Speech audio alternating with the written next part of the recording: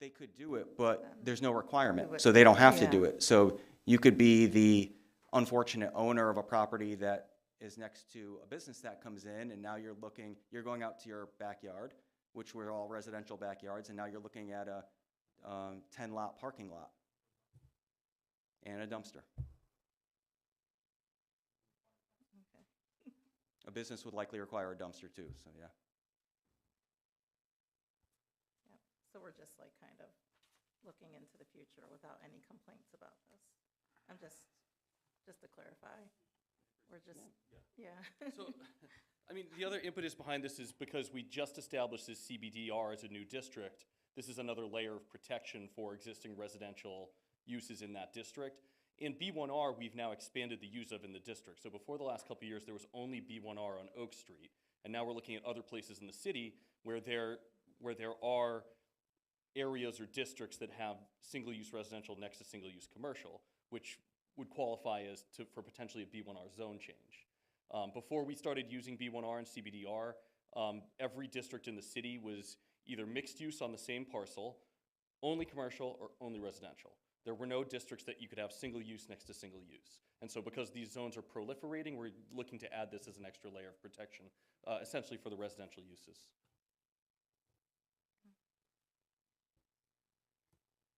Done? All set? I mean, just to say that I have so many concerns with the garbage on specifically Oak Street, and the city wouldn't even provide garbage cans, and yeah. We'll see, yeah. I have Alderman Santiago and Alderman Scott. Sure. Thank you. This actually goes back to when we had on West Main Street, where that plumber place is getting, I forgot what was they're about to put the building in the back for additional, I think it was for their property, their business. And I was saying, what about the residents that live back there that would have to go and see a building in their, area that they had purchased, not expecting a building to be there. And it was, again, from the reassurance was that they wouldn't, because it would be under a certain level where the blockage would be there. Again, I'm looking at this, at first I'm like, we're putting regulations, but again, this is something new, a new business. It's not something required from a business that's there now.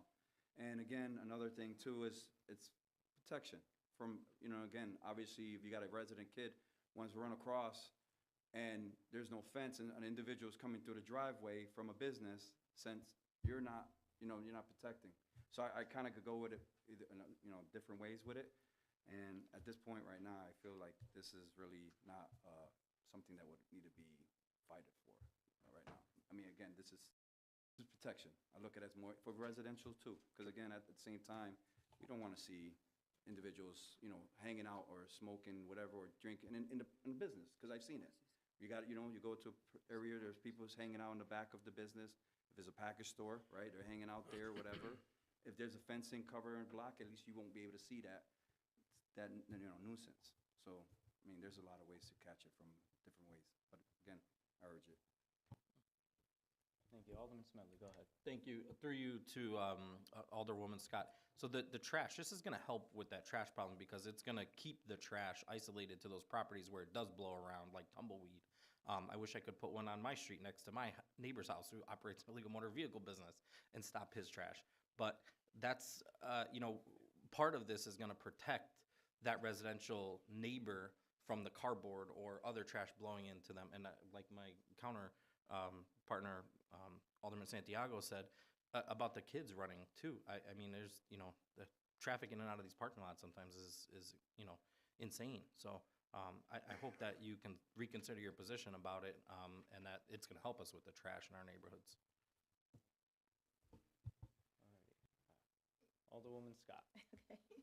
Yeah, I was actually thinking that as I was talking, like maybe this, because that is a huge concern on that street that a lot of the constituents do complain about.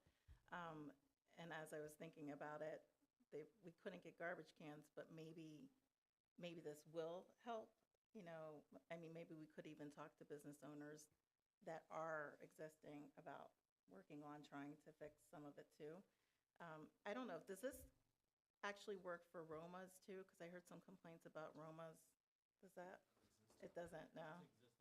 It is kind of. Roma's is in Oh, B. yeah, that's right. It's a Roma's in a different B3, zone. Well, something yeah. like that would help to isolate things. Although I believe Yeah. Roma's is in a different Yeah. zoning district. So Yeah, I know, this yeah. wouldn't apply to that particular Yeah. parcel. Okay. Is there any other discussion on this item? Alrighty. Oh, this is the presentation. Oh, my lord. Do we want to do historic now, because that's going to be under PCH?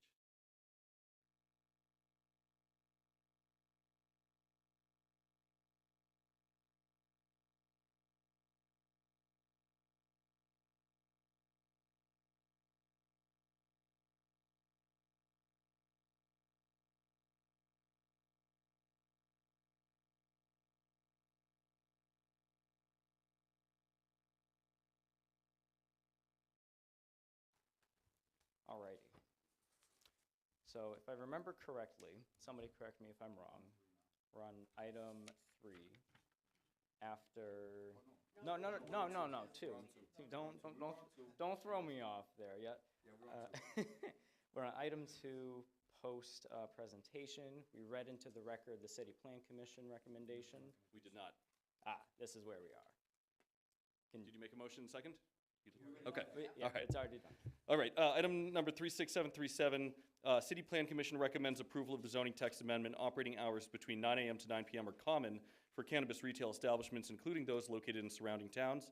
Removing the sign limitation also allows this type of business to be subject to the same sign regulations as all other retail businesses, which permit 2 signs. Thank you.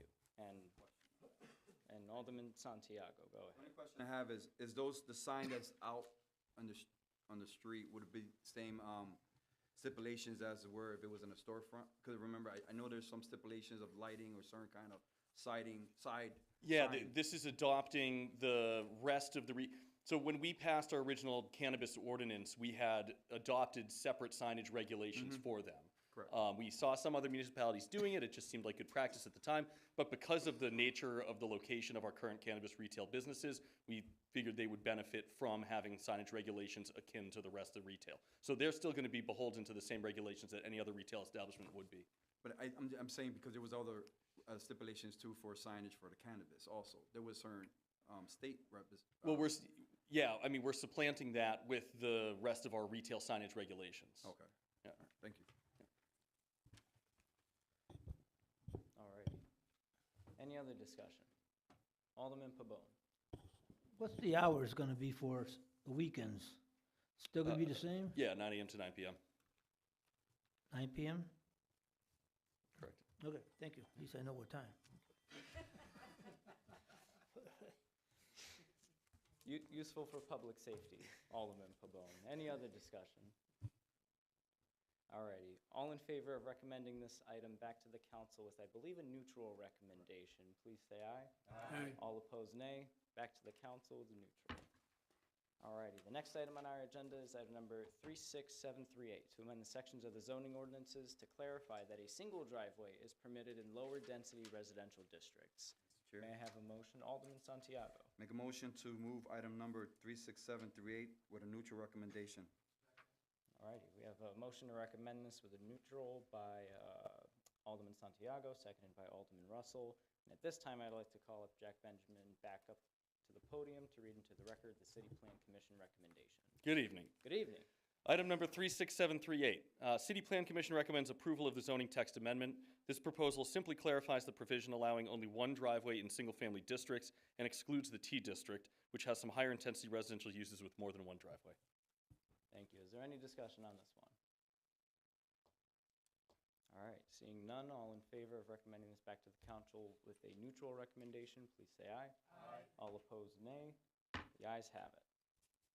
All righty, and the fourth item on our agenda is item number 36739, to amend the sections of the zoning ordinances to require screening between properties used solely for businesses that abut properties used solely for business use that abut properties solely used for residential use in the B1R and CBDR districts. Mr. Chair, Alderman Santiago, make a motion to move item number 36739 with a neutral recommendation.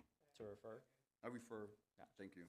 All right, and I have so there's a motion made by Alderman Santiago to refer this back to the council, a neutral recommendation. I have a second from Alderwoman Sanchez.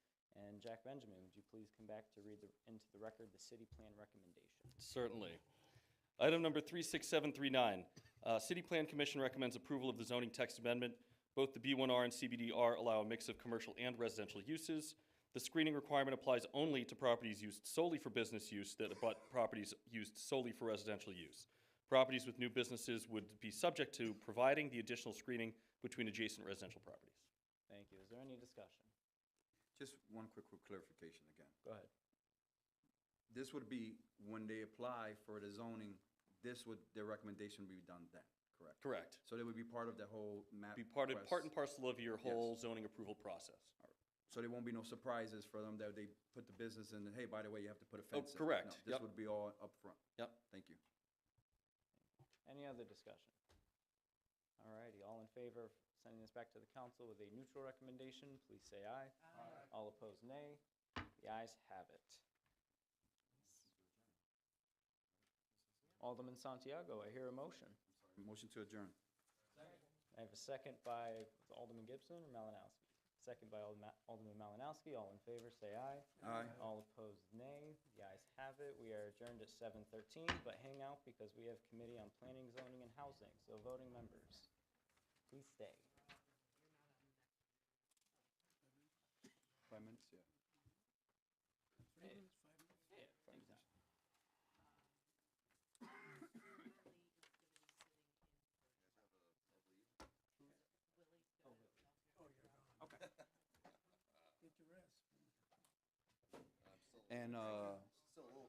And Iris will be sitting for Wilma.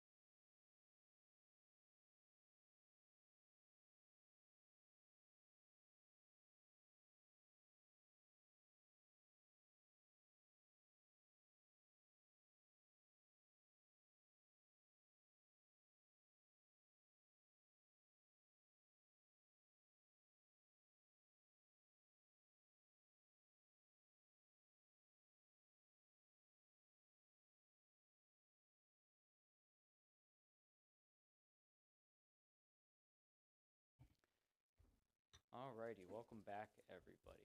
Good evening. I'm going to call to order let's see here. There we go. I'm going to call to order the April 8th, 2025 public hearing and regular meeting of the Committee on Planning, Zoning, and Housing. The time is now 7:24 p.m. Mr. Clerk, will you please call the roll?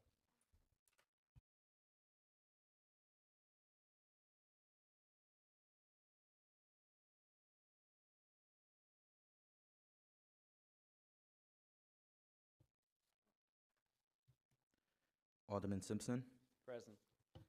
Alderwoman Scott, Here. Alderwoman Barbosa, Alderwoman McAdam, Alderman McNamara, Here? Alderwoman Beloin Saavedra, Alderman Malinowski, Alderman Russell, Alderman Hargreaves.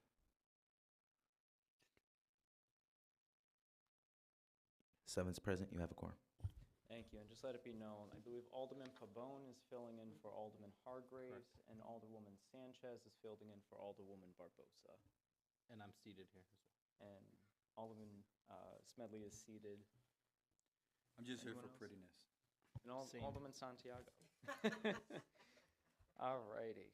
And Mr. Clerk, will you please read into the record the notice of a public hearing, or do I feel a motion? Mr. Chair, Alderman move- Malinowski. I thank move we waive the reading of the motion. All right, we have a motion to waive the reading made by Alderman Malinowski, seconded by Alderman Russell. All in favor, please say aye. All opposed, nay. The ayes have it. The reading is waived. Having been noticed properly, we will begin the public hearing. Please remember to state your name and address for the record and limit your speaking times to 3 minutes. The items for this public hearing are item number 36735, amendments to the rules of the Civil Service Commission, and item number 36749, to amend Chapter 19 of the Code of Ordinances related to demolition delay of historic properties. Are there any speakers for these items? Are there any speakers for these items? Going a third time, any speakers, any callers? No callers. Alrighty, seeing no speakers, we will close the public hearing and move on to the regular meeting. The time is now 7:26 p.m. The first item on our agenda is item number 36733, public bid number 4199, on-call electrical HVAC, plumbing, building envelope masonry, and interior repairs and supplies for city buildings with a project cost not to exceed $50,000. May I have a motion? Mr. Chairman, Alderman McNamara. I make a motion to accept and refer to full council with a Second. neutral recommendation. All right, there's a motion made by Alderman McNamara to refer this back to the Second. council with a neutral recommendation, seconded by Alderwoman Scott. Is there any discussion on this item? Alderman McNamara. Mr. Chairman, I'm pleased to be recognized to offer an amended resolution to 36733, public bid 4199. This came to us originally as a $100,000, a cap of $100,000 for an on-site call list for deferred maintenance projects as needed. And that was discussed, and actually it was passed in September, but it was brought back for reconsideration, a discussion, referral. And I and others had reservations about the $100,000 cap on these deferred maintenance projects. The amendment I'm going to offer changes. First of all, I recognize the need for on-call lists and for projects on deferred maintenance to be done as needed.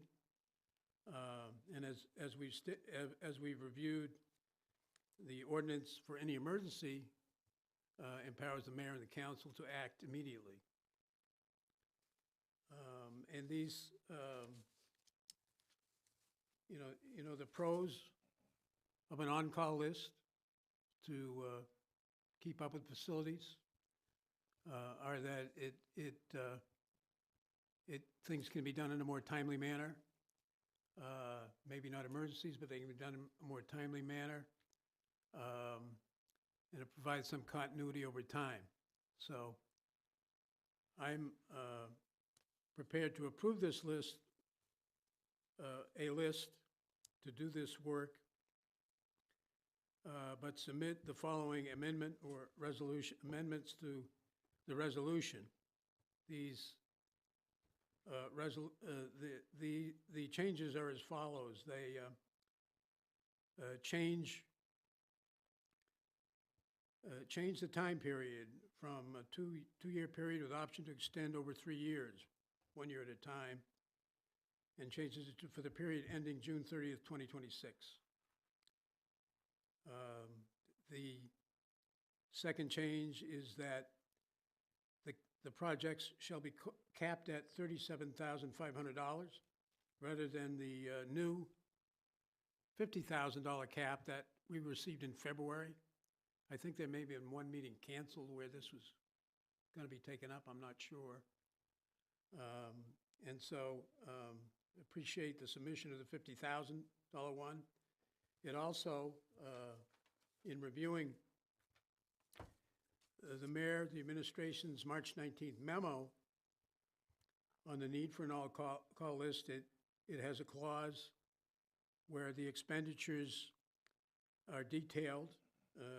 It's both a specific and a very broad list of projects that, according to the memo, are currently awaiting approval. And the final change is the clause at the end that, again, relates to the time period from May 1, 2025 to June 30th, 2026, per the conditions of the public bid, and the list of contractors is identified within the resolution as is. So I look forward to discussing it. I want to submit that as the amended resolution. And Yeah, so seconded by Alderwoman Scott. Alderwoman Belen Saavedra. Can we have Mr. Delgadillo come up to the microphone, please? Delgadillo, he knows I always say it wrong. One of these days, John. So I'm going to ask you to make some general comments about the 3 different amendments. Well, there's 2 places where it was amended, and then there's language that was added in according to Alderman McNamara based on the mayor's memo.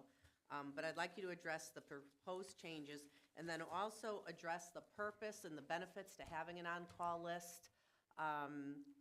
There were some comments, because your original ask was 6.5 months ago. So this coming here tonight has taken us 6.5 months because the other caucus was not, even though they originally voted for it, was not happy with the $100,000.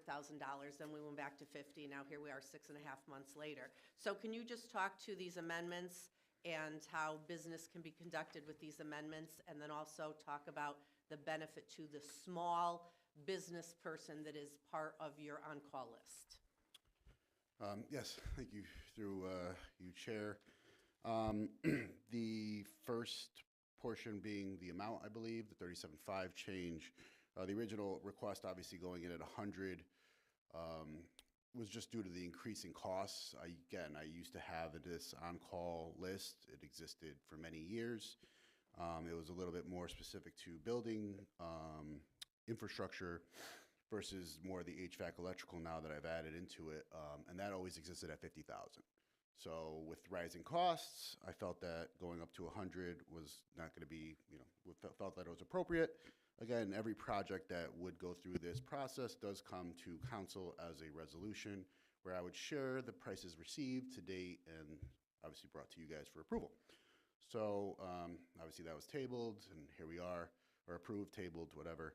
And now, so I felt that the 100 was the issue, so I rebid it for 50,000. I got even more people to accept to bid the project, which was great, but I also lost 2 of them because, again, bidding process takes a lot on companies and time.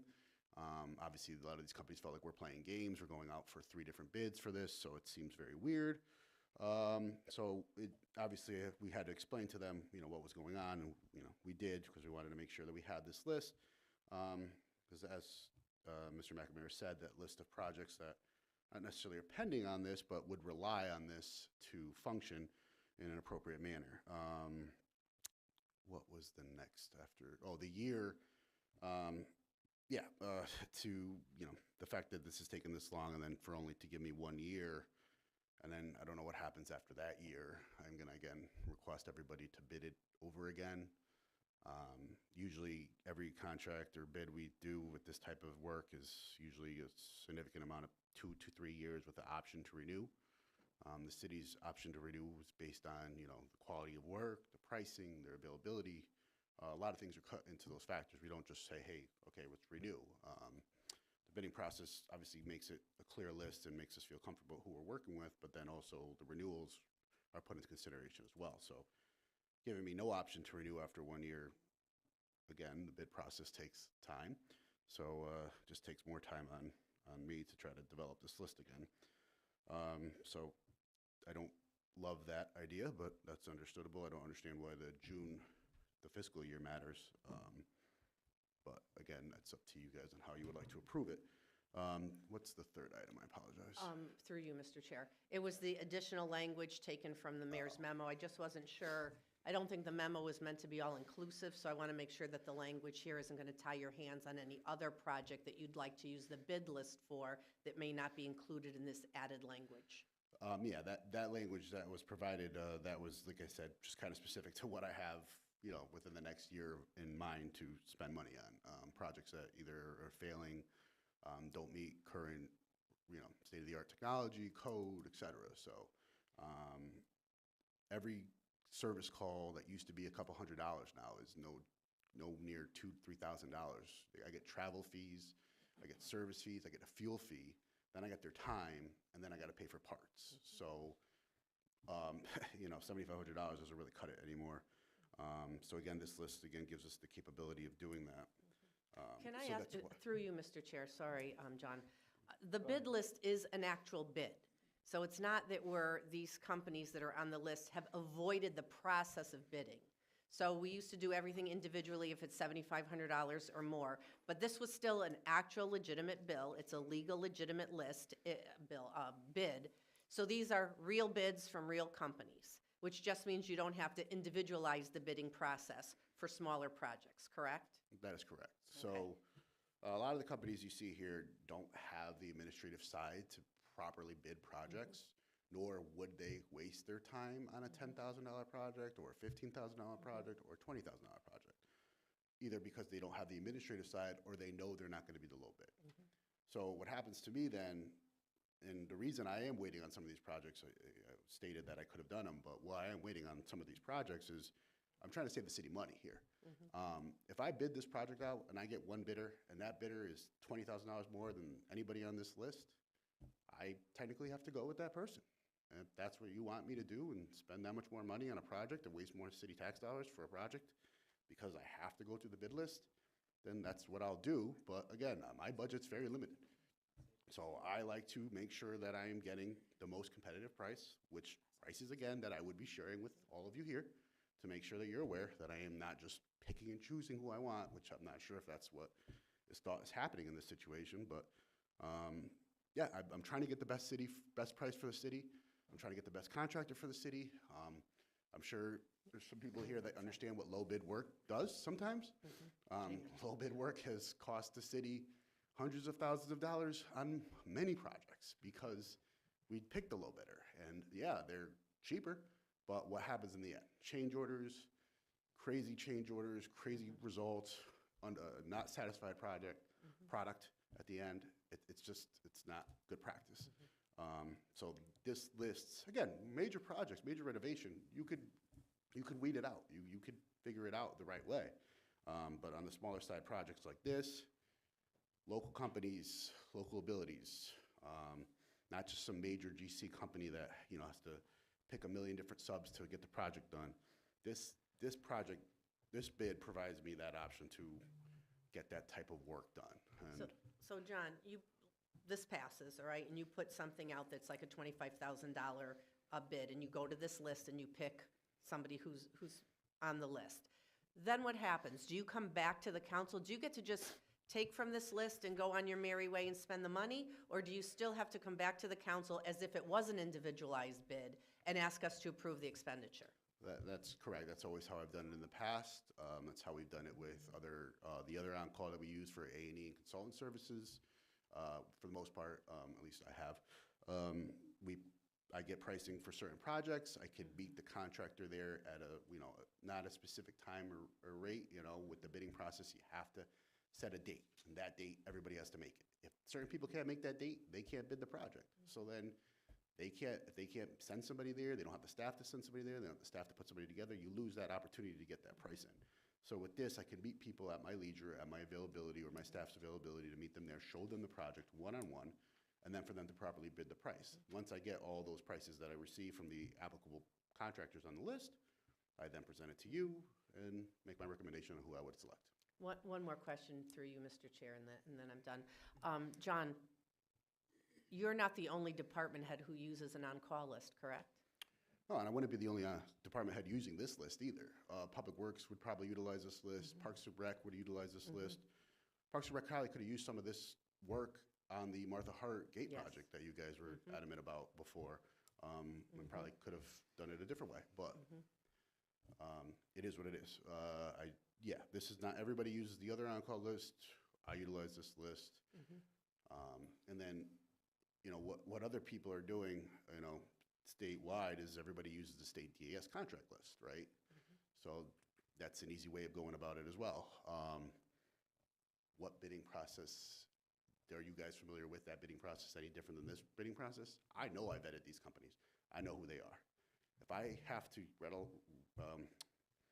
rely on the state DAS contract list and what vendors they have available to me just to get something passed through, just to get it here, it's a different process, and I guess that's what's going to have to happen. But to me, this is better for local business, better for the city of New Britain, saving city dollars, and providing good quality products for the city. Thank you.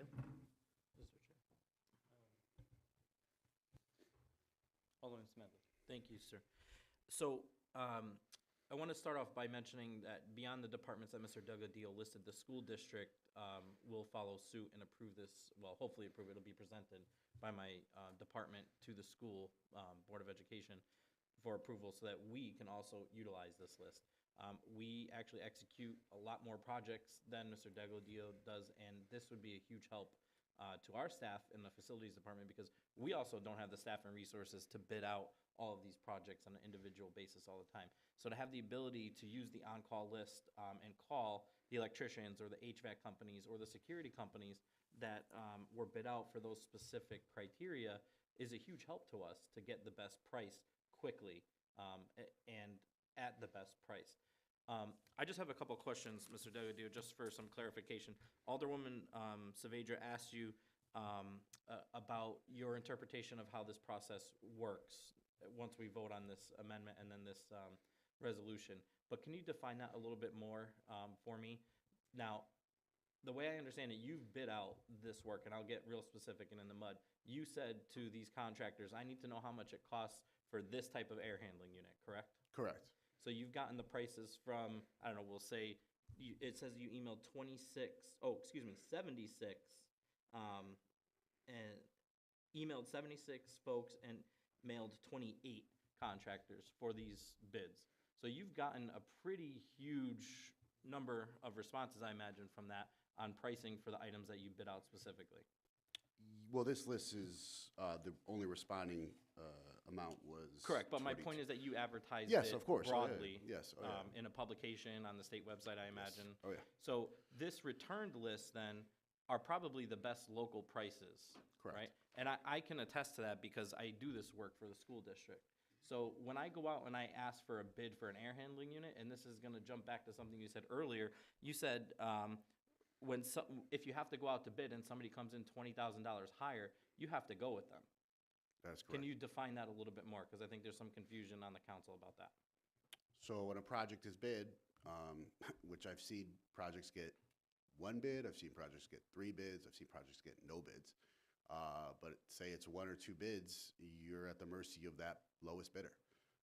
As long as they're a qualified bidder, you're at the mercy of that lowest bidder. So if that project, roofing is a great example for this, because roofs are, within the $20,000 range, $20,000 to $40,000 range. If I bid out a roof, your local roofing guys on this list are not going to be able to provide a bid for that roof. So I'm going to get the larger companies that have the admins and ability to submit bids for that roof. At And- $20,000 more Yes. than this Well, they bid have to on cover all their this. administrative features, they have to cover there's bonds that are required on bidding as well. We require either performance or bid bond for a lot of projects here.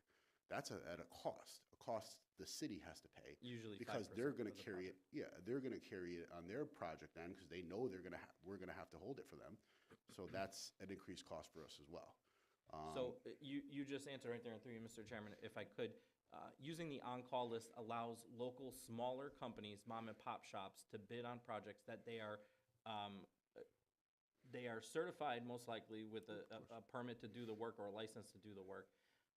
But if you were to go out to bid for an individual project, like let's say the roof on the police department needs to be replaced, or let's say like right now I have out to bid the roof for Pope John Paul School as our swing space, I can't take mom and pop places because of the size of the project. But if it were to fall under the guideline, let's say if we did 50,000 instead of the 37,000, and the roof is costing 40,000, all the mom and pop shops could apply. But now we're putting a glass ceiling on them at 37.5. That is correct. I actually, I'll be honest with you, I was anticipating this project. I've already gotten pricing on some of these projects. They understand it's $50,000 threshold in order to get this project. So they came in, I have a company that came in at 48,000 because they knew that if they were over 50, they weren't gonna get approved. Again, obviously this relies on this project to being completed, but that's just a part of the game. Companies are aware of the So 7,500. the difference between 50 and 37.5 does create two glass ceilings compared to the 100, because what you just said works the other direction, which I will admit and openly talk about, because you're still putting a cap on people and companies who could normally handle the job, but can't because you're not going to use the on-call list now if it's over 37.5, because your quote was 48 or 49,000. So you have to go out to bid for that project now because you can't use the on-call list. So you're going to get prices that are probably even 20 or 30% higher than that because, one, you require 5% bid bond and performance bond, and important papers insurance, and our insurance liability goes up even more when you get to a bigger company. So I just wonder, and through you, thank you, Mr. Delgadillo, through you, Mr. Chairman, to Alderman McNamara, can you identify to us the reasoning for the drop from 50 to 37? What is the reasoning for that drop in a respectful way? Well, taking from the mayor's memorandum, she implied that they were not that big, require bonding or any of that sort of admin stuff, but certainly exceeded the 7,500. So this amendment is made in the spirit of reaching out to what the mayor communicated to the council. And if I could continue through the chair, Alderman Smedley. John, I get it. I've looked at these on-call lists in other communities, mainly in the area of public works, that have a lot more specificity, right, generally. And in 2015, the cap of no bid was $3,000 10 years ago, and now it was set at $7,500. Yet, to your point about labor, materials, and costs, I think the CPI has probably gone up 33%, and I think in the area of property management, maybe 50 or 60%. So I get that thing, but fundamentally, I think we should all agree that the regular process should be followed as much as possible, particularly for projects that cost as much as $50,000 and $100,000. And I don't think that excludes, I think that's also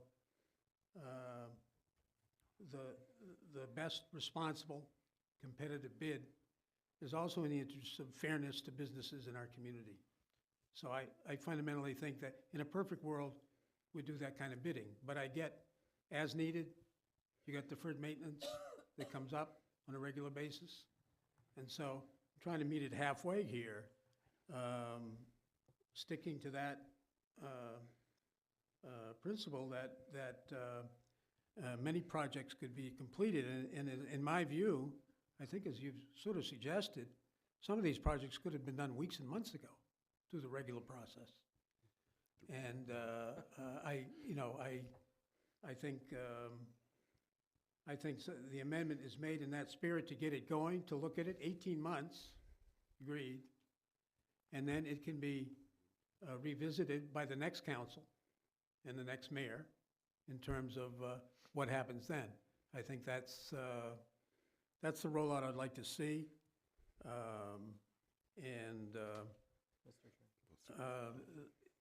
So the amendments are made in that spirit. Thank you, Mr. Chairman. Alderman Smedley and Alderman Russell, unless, Mr. Delgadillo, do you have a direct response to Yeah, that? I do, Alderman if you don't mind, McNamara? through you, Mr. Wait. Chair. Go ahead. So yeah, obviously, I understand what you're saying, but I think, as you say, the 37.5 is an agreeable portion. The 100 to 50 is what the agreeable portion is. And that $100,000 that you did approve at the meeting, at the common council meeting, I had contracts ready to go that I could have sent out. If those contracts were executed at that time, there was no coming back. I then was aware of your concerns. I decided, okay, if there's concerns about it, let's talk about it. But if those contracts went out after you approved it on Thursday, ready to go, my fault on me, I guess, because I got a busy day going on. But if those contracts went out and they were executed, approved by you, approved by the city, approved by Corporation Council, there was no going back on those contracts, at least not to my knowledge. So I agree, I appreciate you saying that you're meeting us halfway, but the meeting us halfway is $50,000 versus $100,000. That's the meeting us halfway. You approved the $100,000. I don't know. Again, I'm just stating what happened in there. And Well, again, point of order, it was approved unanimously, and I agree, on September, yeah, the second- whenever. Yeah, exactly. And I thought it needed to be reconsidered. So I'll plead guilty to that because I believe in the principle of, in the best of worlds, we follow the process in terms of bidding, particularly for projects in that neighborhood of $50,000 and $100,000. Or more. Alderman Smedley. Thank you. So, for point of order to some things, this is a bid process. There was documentation put out listing items, services, and time and materials. So it was bid out to 70-plus companies via email, and then 20-some-odd via mail and paper. And Alderman, you just stated that, in all fairness to local companies, you are blocking local companies by dropping it from 50 to 37.5, because if the roof costs $49,000, John and I can estimate a project and figure out what material cost is by square footage, because it's public knowledge. You look at other people's bid results. So you are, by dropping from 50 to 37.5, you are severely limiting the local businesses that will bid on these projects. Again, because as Mr. Delgadillo said, the administrative costs to go out to bid and to respond to a bid is enormous. You have to have staff to go show up for the walkthroughs, submit the documentation. And I agree, it's part of the process, it's good. It's what keeps everything up front. But it doesn't make sense with what you're saying by dropping from 50 to 37.5. And my earlier question was, where's the math behind it? Was there some formula that you said that 37.5 is better than 50? Because like I said, we're just creating a glass ceiling for these companies that could possibly bid on the larger scale projects and become more successful and grow their business locally. I've said my piece. Thank you. Any other discussion? Alderwoman Scott, or Alderman Russell after. You know, you more or less answered my question. I was gonna say, basically, we had an agreement at 100,000 at one point, and now he's saying halfway, but it's not halfway, it's less than halfway. The people that are on this list, they're qualified workers. We know their work, correct? That is correct. Is For it- the most part, most of these bidders, correct. Is it possible that We have we're gonna references. lose quality workers by changing this? I'll tell you, the 3 New Britain companies on this list wouldn't publicly bid any project that the city put out. I'll tell you right now. So They don't have the staff to publicly Is it possible bid. that the people that will bid on this may not be qualified to do the job to begin with, and we have to accept their bid? Yes, that is correct. The reason the smaller guys will bid this, because it's a one-time, one-off for them to be able to provide the city of New Britain services for, like I said, 2-year period, where, again, they've done smaller projects for us under the $7,500 threshold, but it's, you know, I just so everyone's aware, there's emergency purchase order putting through the council right now that I had to buy a water heater for $11,000. Again, everything ranges from, and that's without labor, that's just straight material cost. So I did mention that, yeah, there are smaller projects, but there are also roofs and there's boilers and HVAC equipment that cost $40,000, $50,000. That was the only reason I went with the $100,000 threshold. I don't really see many of these projects going at that $100,000 threshold. The reason I would have gone at anything over the $50,000 threshold was due to equipment pricing. So you're also saying that it may prolong the job as well, correct? Oh, that is correct, yes. And I'm at the mercy of the purchasing agent. So the purchasing agent has to provide me with dates and times he could make himself available to put the bid out, to then, you know, set up a mandatory meeting, then have a bid opening, then he has to review the bids, then I have to review the bids, and then and then I have to send it here, which, who knows? But that's the process. So with this, again, I'm able to meet with these contractors that have been pre-selected at the city's leisure, at their leisure, so that they can make themselves available to provide proper pricing to the city. All right, I would like to make the comment at this point, I feel that lowering this price is gonna be hurting the city, not helping the city. It's gonna lower the quality of the work that we're gonna get done. And also, it's gonna prolong jobs that may get worse than what it is at that point. Thank you, Chair. Thank you. I had Alderwoman Scott next, or did you withdraw? All right. Alderman Smedley, go ahead. Thank you, sir. So I just have a question for leadership on the other side. And Mr. Duggardy, I'll ask you a question first related to the bid list that you have. So for instance, Action Air Systems is one of the vendors. And let's say you have an air handling unit that goes down, and both you and I, you can look it up on Google, a 10-ton air handling unit is probably going to push 50 grand. Like, it'll probably be around 45 and change, then some shipping and labor.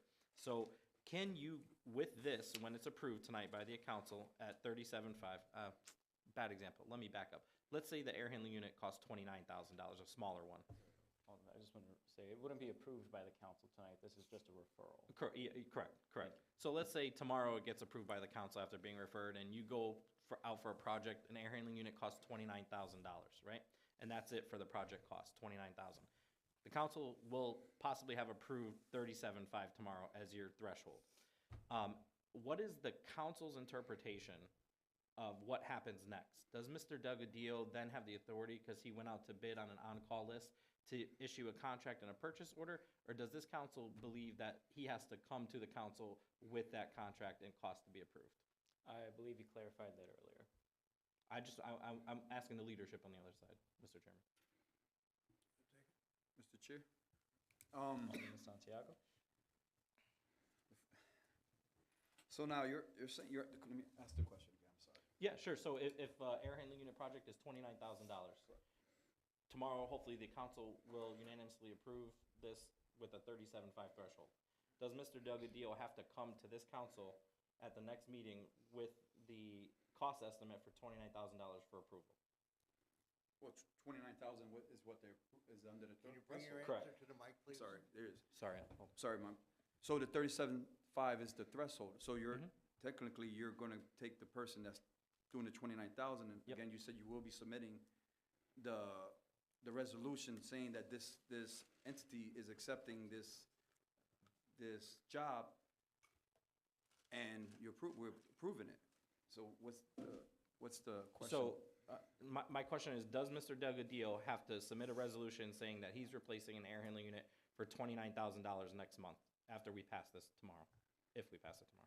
If it's in the ordinance and the charter, yes. If it doesn't, then he doesn't. If it doesn't say it in the ordinance or charter that this on-call list has to be submitted with a resolution or a petition or report, then he technically doesn't have to. But if it does say it, then he would have to. If Mr.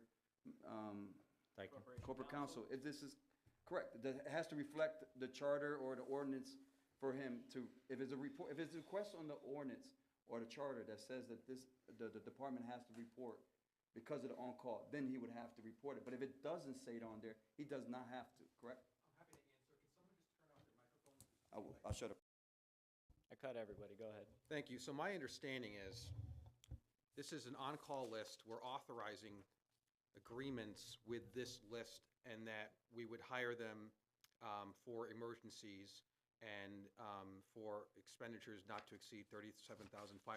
There wouldn't be a contract coming back to the council, correct, Mr. Delgadillo? So in the past, the on-call for consultants were originally submitted as reports to the council, and then recently were changed as resolutions to the council. So that's past practice.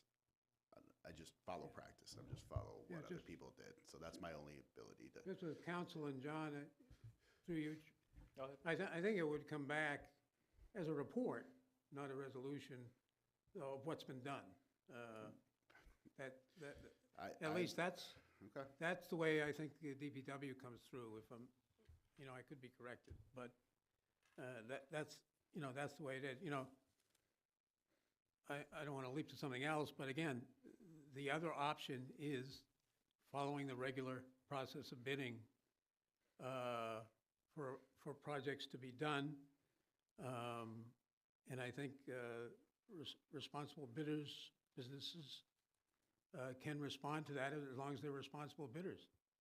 So I think you can argue the fairness argument about businesses the other way by following the regular order. And in a perfect word, it'd be good to get the best quality price in terms of saving money. I think we're coming at it from opposite sides, but the purpose is to realize that we're getting the best price for the quality work to be done. Well, that through you, Mr. Chair, that's what this is doing. This is getting you to provide the best price. If you want me to publicly bid that water heater out, I guarantee you that's a $30,000 all day repair. So I have to disagree with you, not disrespectfully, just that you're going to get the best price by not approving this. That's just definitely not the case. I've got Alderman Smedley, then Alderwoman Scott. Thank you. So I just, in a respectful way, I want to thank the other side for the conversation and the debate we had here. I hope people learned something about this process, and that in the 18-month timeframe, which I appreciate that you'll look to reconsider this in 18 months, that you will consider raising that, because you are in fact closing the door to local businesses that could possibly handle some of our projects in the city that would help to grow their business. I'm going to support the amendment so that Mr. Delgadillo can do the work that he needs in the interim. And I look forward to a conversation later on to re-upping it to maybe between 50 and 100 at a later date. But thank you. I'll be supporting the amendment and the referral. All right, thank you. We've got Alderwoman Scott next. Yeah, I just wanted to say I'm really aware of the rising cost of things. I think all of us are. And I respect the projects, and I want them to be completed just as much as everybody else. But I just think that I think a part of why we want to make this amendment is, or I know this is why, well, for me personally, why I want to make this amendment is to make sure that we have oversight and on projects that are being done, and the best way to have transparency is by doing this. We don't want to have like a huge amount of money that we're not always aware of how much is being spent on things. So I think, to quote you directly, John, like you said, sometimes, and that's just, it's sometimes, right? It's making an assumption that sometimes, it's not all the time. So I just think we need to take things case by case. And, like with a roof, that is going to cost more money, obviously. But that would be something that we could still take care of here if it's needed. And we would know. I mean, there would be time to let us know that a roof needs to be repaired, and we would make sure that that gets done. So I think this is the best way to handle this. And I think we're compromising by, because I honestly personally wanted to make it a little less, but I think we're compromising to make sure that things get done. So, thanks. All right, I've got Alderman Russell and Alderman Blaine Spade. I'm also going to support it because I have to, and we need to move this on as well. But I listen to the other side constantly tell us about putting money in the right place and doing the right thing. But now they want to cost the city more money by not allowing these bids to go through. And I really wish they would reconsider their bid on this, but I know it's not going to happen. I think for something that we bid on before and we had a price at $100,000 and it got knocked down once already, to knock it down again is ridiculous. But like I said, I'm going to support it only because I feel I have to do this. But to listen to them over and over again telling us about where we put our money, and now they want to cost the city more money by doing this, I think is ridiculous. But I thank you for your time. Thank you. Alderwoman Scott, or I'm sorry, Alderman Blaine Spade. Sorry. Okay. I think saying that it's going to cost more money is just assuming, and I'll quote my dad, that never ever assume. So we don't know for sure. It's an assumption. Through you, Mr. Chair, I've been in this industry for 20 years, and it will cost you more money to publicly bid every project. I can tell you that. That's not an assumption. That's a guarantee. And just so that the council is completely aware, because I'm learning this now, it's a report versus resolution, because your comment about transparency, obviously, each one of these projects was going to be presented to the council with my quotes attached and the person I was looking to go with. That was the 100% transparency that every single one of these projects were going to fall under and be provided to the council. So for a resolution as approval, finding out it's a report, okay, understood. But my understanding of these on-calls was always to submit a resolution with our selected bidder with the pricing attached. And that was my plan for every one of these projects. So to say that you're governing transparencies, I was being more than transparent with all of my projects. So just want to make that clear. Alderwoman Blaine Spade. Thank you. And this will be my last comment on it because we've beaten a dead horse. But, John, I thoroughly trust you, and I think, to quote Candace's father, we should not assume that you're trying to rig the game by having a $50,000. We should not assume that you are not transparent, because every resolution that comes off of an on-call list, or these lists, come back to the council. Mark Moriarty does it all the time and has done it several times since you've been denied the opportunity to do it, when this was passed and then pulled back and then tabled. Also, Alderman Santiago did tell me several months ago that they were going to support the $50,000, and then I come tonight and find out that it's lower to $37,500. So our side of the aisle, our caucus, never really knows what their side of the aisle is going to do, because we have discussions, we come to an understanding, and then we come to a meeting, and bingo, something's changed again.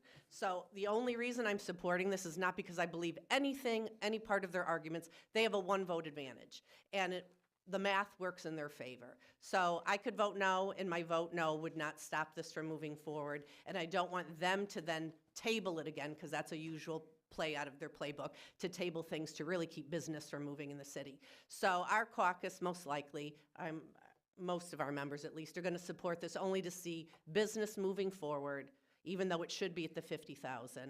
And again, it's all about the math. They have the one vote advantage. But I agree with everything you said. I don't think that this move has anything to do with transparency and has everything to do with them wanting control. But I'm going to support it only because I think you need some level of being able to move city business. But I relish every emergency purchase order you send to us so that you can get business flowing. Because if you count on the other caucus to support any of your business, we will be waiting another 6 months to move anything forward. Thank you. Mr. Chair. Alderman Santiago. I appreciate that the other side is going to vote on something that we actually put in that makes some kind of sense for our side. If you want to make this a political thing, do it a political thing. But I'm just going to interrupt here. We're not going to make this anything political. This is a public meeting, and we are elected officials here to do all of our jobs. not to throw slights at each other from one caucus to another. We are here to conduct the business of the city of New Britain, and that's how we will conduct ourselves in this public meeting. Thank you. Continue. Thank you, Mr. Chair. However, when the $100,000 was passed, we were looking at it as if this was a, public, like Parks and Recs or Public Works, which is a bigger facilities that which they have projects that are over $100,000 on a regular basis. We're talking about a mason that's going to do some steps. That's what I was recall what one of the memos were. We're talking about replacing electrical. And you said you've been in 20 years. I've been 25 years in the business. And I've been through the bid process. I've been through all that. And I've seen where the crookedness come from it too. I've seen where under 7,500, they give it to somebody 7,500, and then 6 months later, give them another 7,500, and then another 7,500. So I've seen it from all kind of avenues of how it works. The reason why we were looking at 25, then we said 50, we went meet halfway. And then another thing is our caucus actually have a discussion and we agree, and sometimes we disagree. Guess what? We're human. And as you know what? And I respect each one of them for what they believe in and what they want to approach.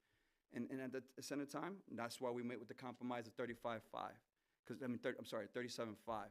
Because it was 25 to 50. So we were trying to give it so that, and again, understanding it with the cost of wires and plumbing, pipes and stuff like that cost. However, we still have the process of a bid process. If there's anything bigger than that, the small businesses wouldn't have been able to get into it in the first place. Even this 50,000, even these 50,000, on this 50,000, this is not even the bid. This is only to say, hey, can I get on the list? This is not for a project. They're just saying, hey, get me on the list, and then if the project comes, we'll call you. That's what this is. So again, everyone's talking about that there's a project lined up with it. If it is, it's because the discussion that he had with the individuals that were on this list. Otherwise, besides that, this list is just for anyone to say, hey, I need an electrician. It's on my list. It got to be under, right now with the 37.5, then we'll take you. But otherwise, it still be the same product. If a small business was coming in, I looked these up. Majority of these are not all small businesses. Yes, they are in a small area, but they are millionaires. I could tell you most of these because I looked them up and I work with some of these. So that being said, I'm not trying to say, hey, Mr. Delegate, you're not doing your job or you're sneaky or anything like that. We're doing what the council and the charter tells us. We hold the purse. So we're responsible for the purse of the city. Spend the money, exactly. We don't need to spend money if we don't need to. But that being said. Okay, I got Alderwoman Scott, McNamara, then Pabon. I wanted to thank Alderman Simpson for saying what he said a few minutes ago about us not going back and forth and arguing with each other. I don't think there's any need for us to fight about this. Thank you, Alderman Santiago, for saying what you said too. We're not here for that. We're here for our constituents, and we're trying to make the best decisions for them. And I think just having oversight on this to go along to back up what Santiago was just saying is why we're doing this. So I just hope that we can compromise and work together on these projects the best that we can. So thanks. Alderman McNamara. I'll defer to Alderman Pabon first. How long, through you, John, how long has that 50,000 been on the books for The original 50,000, it was on the books for at least 4 to 5 years, I want to say. It was missed by the purchasing agent to renew. We did have an option to renew. I decided we were on the border cusp of renewing it, but I wanted to provide more contractors the ability to bid the list. So I said, let's not do that. Let's provide more companies. There weren't enough New Britain companies on the original list. I wanted to provide more capabilities for other contractors. So that's the reason I rebid it. I could have renewed the last one and just used that list continuously, but I decided to not, and then go through the bid process again to get a refresher of companies on there, and then companies that I felt like could provide quality services to the city. Okay, so now we're bringing it down, and everything else is going up. So this thing doesn't make sense. So we should try to keep it around 50. We've been doing it for 5 years. How many years then? Excuse me, it was 2 because that's why it was 2 years, and that's why he was going in his third. He had the option to do it. It was 2 years. So it was before this election, it was done. It was, I believe, through you, Mr. Chair, I believe there were 2 different bids, though. There was one, and then 2 years we did it, abed it again, and then I could be mistaken, but I feel like I've been using it for quite some time now. Again, I'm at the mercy of the budget that I have, so there's only so much money I can spend. Again, I'm not trying to get confrontational with anybody here. I'm just trying to be informational. My understanding was always that every one of these projects would be submitted to the council as a resolution. If that's not the case, okay, so, but that's the only reason I wanted to clarify everything I have to say. All right, thanks. Alderman McNamara. Thank you, Mr. Chairman. I think my goal is to move this to the full council. And so I would, can I call for a vote on the resolution as amended? Are you moving the question? Is that what I'm doing? Thank you, Mr. Chairman, for that point of order. Thank you, Alderman Malinowski. All righty, so we have member of our body has moved the question, so. Mr. Chair, I'm going to break our rule about discussion because I guess I'm sitting over here. But anyway, I just want to make sure I'm correct on the amendment, Alderman McNamara. Go ahead. Is it the period ending June 30th, 2026, or was it June 1st? I don't have the language. It would be helpful if you have something for me. I'd appreciate it. Thank you very much. All right. For the period ending June 30th, 2026. Okay, and there's the language that was referred to from the memo, and then reducing it from 50,000 to 37,500. And the vote is on the amendment. On the amendment. Thank you. All righty, so shall we proceed with a vote? Yes, sir. All righty, all in favor of all in favor of the amendment to this resolution, motion, please say aye. Aye. All opposed, say nay. The ayes have it. It is a unanimous vote. And this is amended once. Now back to the original motion as amended once. Correct. Continuing discussion there. Move the question. All righty. Alderman Beloin-Sevages moved the question. All in favor, please say aye. Aye. All opposed, nay. Back to the council with I believe, a neutral recommendation it was. I believe it was, Mr. Chairman. Aye on the protest. Vote to tallied, Alderman. All righty. Good work, everybody. The next item on our agenda. Could I, just a point of clarification Personal on, privilege, or- this moves to the council at the second meeting in April, per our rules? Yes. I believe. I'll defer to Mr. Smedley or Ms. Yeah, it does. Yeah.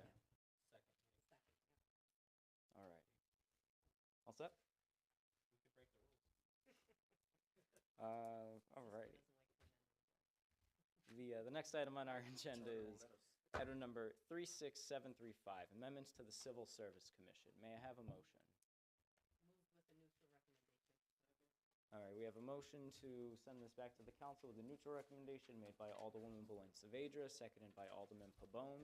Is there any discussion? Mr. Chairman, Alderman McNamara. I'd like, with her expertise, for Ms. Gard to come up and give us a 2-minute overview. All righty. Grant, sorry, is this a request for a recess? No, proceed, please. All righty. So tonight's resolution is an update to the merit rules to address the issues which have arisen related to the hiring process with the dispatchers. So just like our fire department and our police department, we're asking to put a lateral transfer with our dispatchers. And with that, the candidates that would be coming in, they would have to have a current telecommunications certification and EMD, which is Emergency Medical Dispatch certification. And then we prefer qualifications to include the COLLECT NCIC certification, Next Gen, which is computer-aided dispatch. So what happens right now is we're currently budgeted for 21 dispatchers. We've been running very lean for the past few years. We have a current staff right now of 17. So lateral dispatchers will be able to come in, just like police and fire, without an employment list. So if they're a lateral transfer, if we have an opening or not, they can apply for the position. And if we need to, we can just take them in. So right now, our entry-level dispatchers, it takes about 4 to 6 months to get them up to speed and certified to be sitting alone at the station to answer resident calls and emergency calls. So with the lateral transfers, they can come in, and it really only takes between like 6 and 8 weeks to get them fully trained on our process. So it helps with the hiring process. And for a quick example, January 28th of this year, the civil service certified 23 entry-level candidates for dispatcher. We did the testing, the written testing back, I believe, January 8th and 9th of 2025. Today is April 8th, and we still only have one candidate. We have one candidate out of 4 that have made it through the process, and they just started about 2 weeks ago. So we're not even going to see them sitting at a station for 4 to 6 months. So we have currently 3 entry levels still in the process from January 8th, and it's now April 8th. So, they have to have a background screen, a drug screen, a medical. They do their background screen with the New Britain PD, and they have literally had those backgrounds since March 16th. So it's a very slow process. And then, it's already been 3 months, and then there's another 4 to 6 months on top of that for training. So we do hope that you will move this and approve the lateral transfers for dispatchers. Thank you. And this process you're describing, that's not even including like posting the job No. or getting ready for people to leave a position, resignations, things Nope. like that, right? Right. Gotcha. Thank you. And with a pool of 1, I imagine the competition is very stiff. McNamara. Thanks, Ms. Guard. Can I, this is in accordance, I believe these folks are represented by the UE or the CWA? Yeah, 222, yep. Yeah. And I think we recently approved a contract, so this is all kosher with Yes, we have talked to the union, in there. union leaders, and they're fine with this. And can I ask the demographics of our very vital 9/11ers in terms of vacancies and others coming up? What would you foresee? Well, we always have turnover.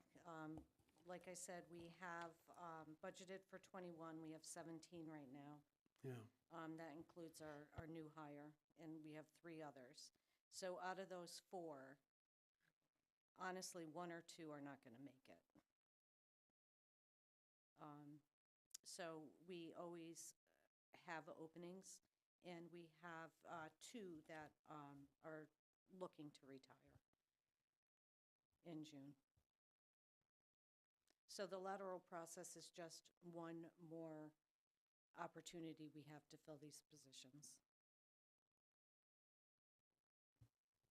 Just one more thing. Go ahead. I noticed there are about 40 positions in the budget of telecommunicators. Can people in other departments be drawn on to, or is that difficult? It's really too difficult because they have to be certified. So you can't even have your police in our community come up and help because they're not certified to be dispatchers. But if we have these lateral transfers, we can take them from other communities and other municipalities, and it's a shorter window to train them. Got Alderman Santiago and then Smedley. Thank you, Mr. Chair. This is just a quick question. Those laterals, do you also check for their, say, discipline? making sure that, because again, obviously we have, you did the police and all those things, but also discipline, because we don't want to have a bad apple coming in. Yeah. You know what So I mean? they go through the same process as an entry level.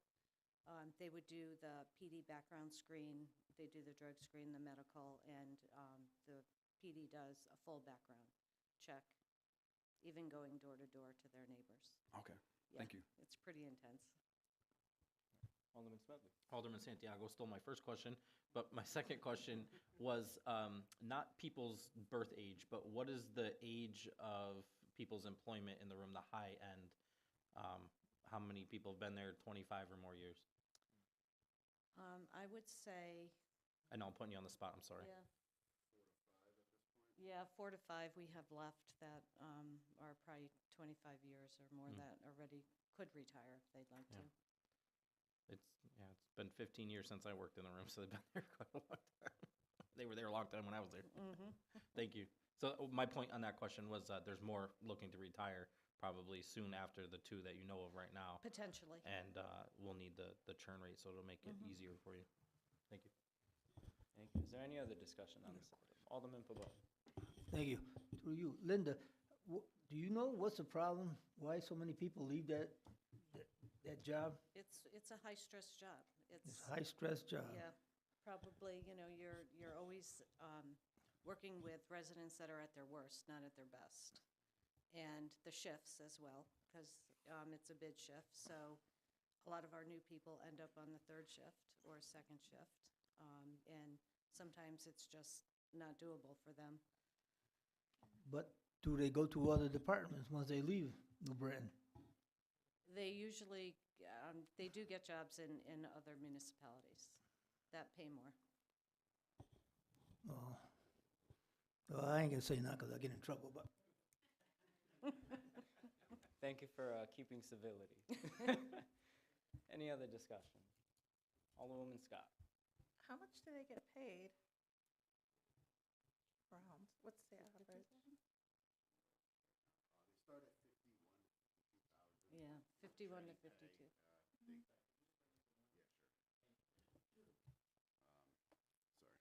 Yeah, with the recent approval by the council, which I greatly appreciate, because that is what's helping me run this center at a better thing. One of the major losses was pay.